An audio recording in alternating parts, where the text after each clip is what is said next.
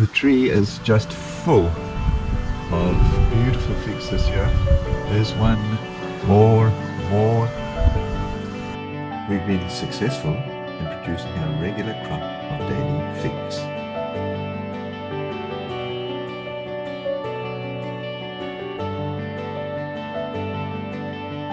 Figs attract the birds, and when they're ripened, they get eaten.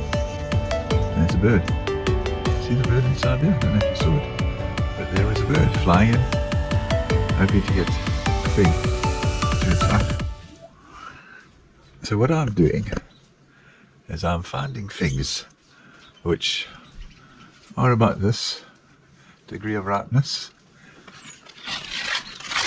taking them off. Here's another one. I'll take this one off. However, a few starlings have arrived from overseas and are also enjoying the figs. The tree is too big to cover with nets, which I've done in previous years.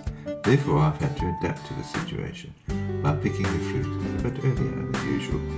It ripens beautifully overnight, and I don't mind sharing a few figs with the starlings. And this is what they are like the next morning.